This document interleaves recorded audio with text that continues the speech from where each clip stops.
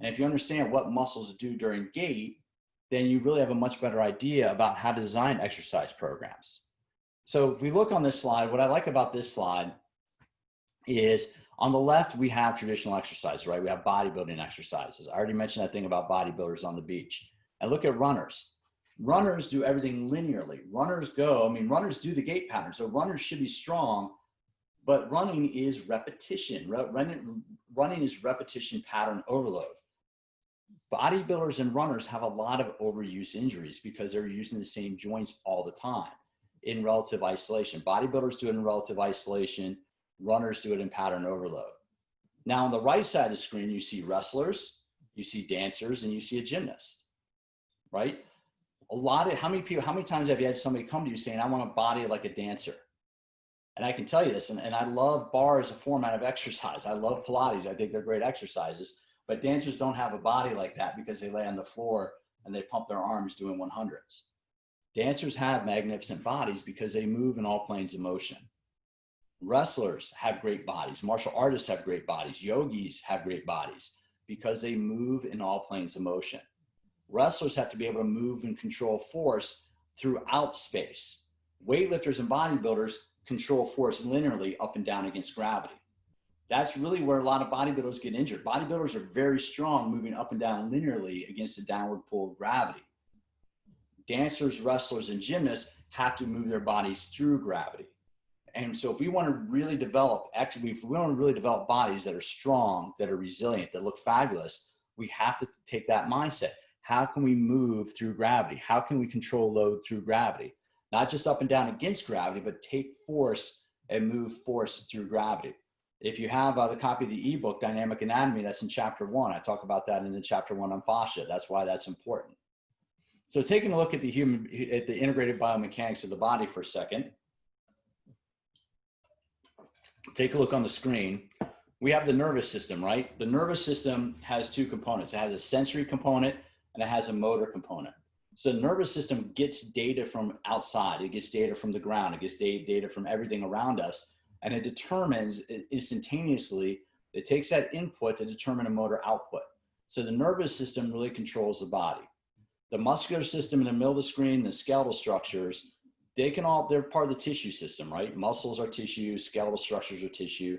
If you think about it, skeleton bone is collagen. It's very collagenous material.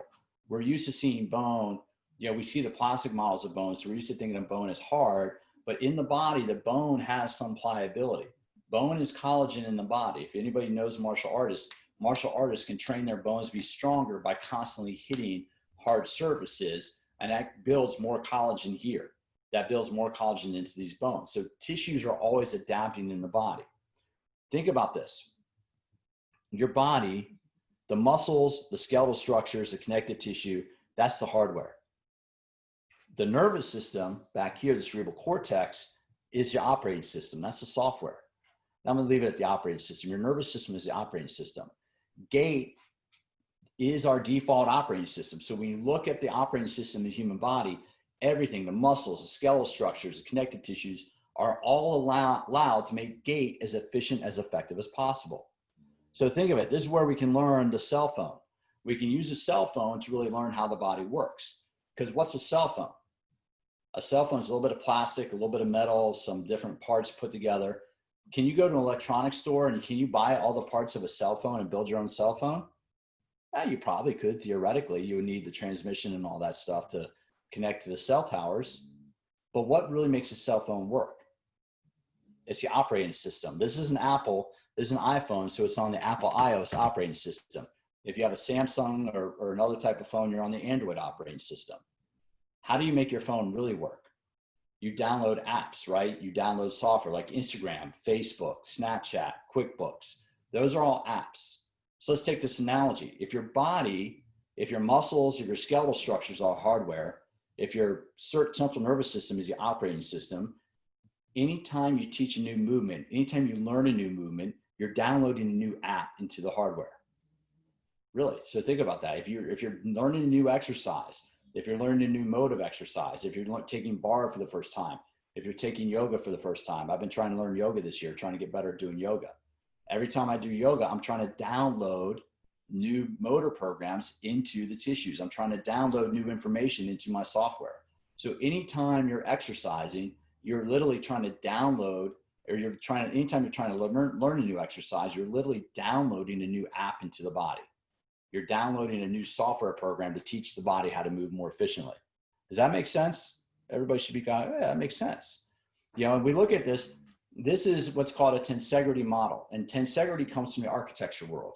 It actually was a term coined by an architect named Buckminster Fuller. And when you look at it, it's a mathematic model. Those bridges on the right, the upper right-hand bridge is a Zakim Bridge in Boston.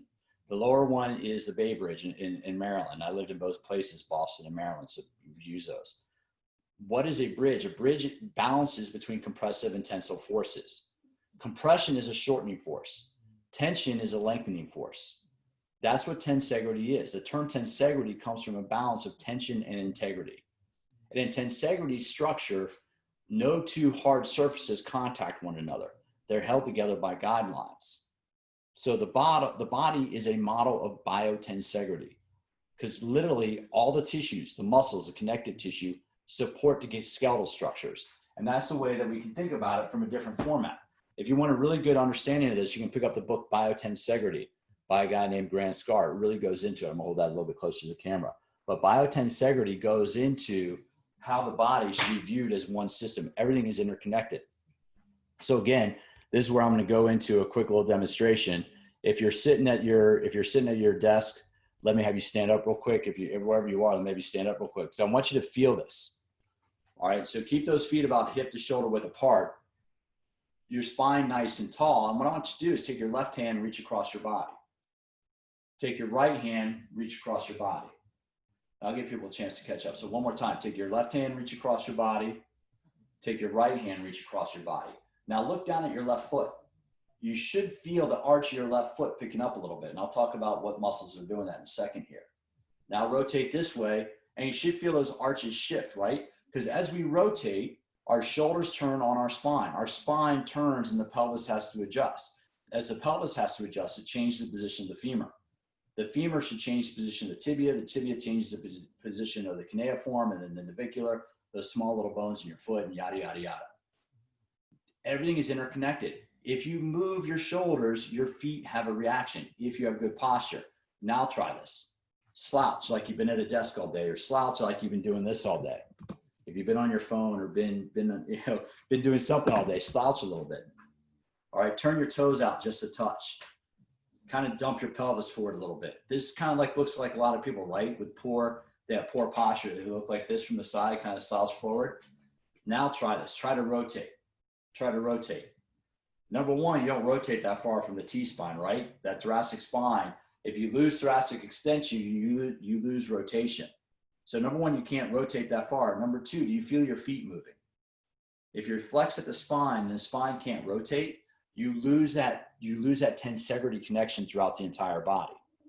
So first thing we want to be able to do with exercise is we need to be able to watch our posture so everything is interconnected from the body. We want to be able to watch how everything works as one system.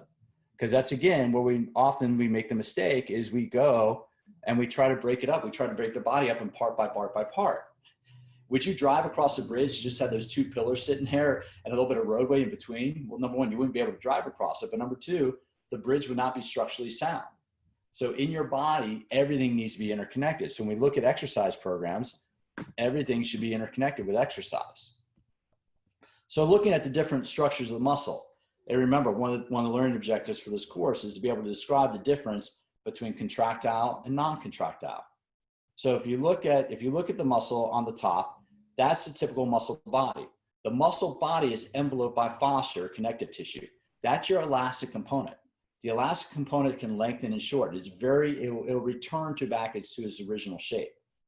The muscle fibers themselves, the contractile element, are plastic. So fascia is elastic. Fascia will lengthen and shorten and return to its shape. Muscle is plastic. Muscle, if you hold muscle in a lengthened position, muscle will add sarcomeres. That's those little different bands between the muscles, between the fibers. Muscles will add sarcomeres to grow longer. So muscle is plastic. Fascia is elastic. Muscle is a contractile element. The fibers, if you take your fingers and do this with your fingers, When the fingers shorten one another, when the fingers slide, they're contracting and generating a force. So the contractile element of muscle is the force production element of muscle. When your little muscle fibers, the actin, myosin, protein cross bridges, when they connect with one another and they slide across one another, they generate force. The fascia, the elastic tissue around every single muscle fiber, transmits that force through the body. And if you see that down there in red, what they've learned in the last maybe 15 years through study and investigation is that once we used to think that fascia was basically like sausage casing. It was like just wrapping around the muscle. We anatomists would kind of get rid of it to say, okay, let's take a look at the muscle. But it turns out that fascia is both sensory and mechanical. So it can both sense incoming information and then help send the signal to contract. Fascia is also involved in some energy metabolism. So fascia is doing a lot more than we used to think it did. We used to think it was like an envelope, a protective casing around the muscle fiber, like the plastic, the rubber bands, like the rubber coating. This is a microphone wire. We used to think that fascia was just rubber coating around the important stuff. But in reality, the fascia does a lot. And fascia provides the mechanical energy for muscles to function. Here's the structure of muscle. We see the different layers. What I wanted you to see is how those different layers work against one another. So that blown up there is a sarcomere, that circle right in the middle of the screen. That's a sarcomere. If you hold a muscle in a lengthened position for too long, muscles will add sarcomeres and become longer. If you hold a muscle in a short position for too long, what happens is the layers of the muscle bind together, and collagen will bind those layers together, and a muscle won't be able to slide, won't be able to lengthen and shorten efficiently. That's what foam rolling does. If you ever use a foam roller, if you ever use a stick, what it does is it rolls along the fibers and breaks up the collagen that's binding between the different fibers. And that's what it looks like in vivo. That's what it looks like. That's actually a cadaver. And I'm gonna have to have a conversation with my kid's mother in a little bit, because I was doing a little prep work for this, and my 5-year-old came by, and I was looking at an anatomy book with some cadaver images in there, and she got a little freaky. Yeah, anyways, so now I have to explain to her mother why I was looking at pictures of dead bodies. But this is what it looks like in the body. These are how all the layers of tissue connect one another. And the reason why I show this, because when we go into the next images, I have a lot of images of muscles. And so we get this, because we study anatomy in the textbooks, we get this idea in our mind that our muscles are discrete sections, but they're not. One of the most fascinating things I've done in my career was a number of years ago, I did a cadaver dissection with Thomas Myers. And I would have been happy to watch Thomas go through and do the dissection. I would have been happy with that. I would have been ecstatic to watch him do this dissection. But we get there, they hand us a lab coat, they hand us a scalpel, they hand us forceps, and they hand us a mask. Little did I know how relevant the mask would become a number of years later. But we got to go through and we got to do the tissue dissection ourselves. And that was fascinating to see, because you saw that all the layers slide against one another. And really the different layers are you need to keep those layers hydrated. That's one of the reasons, and cue everybody taking a drink of water right now, including myself.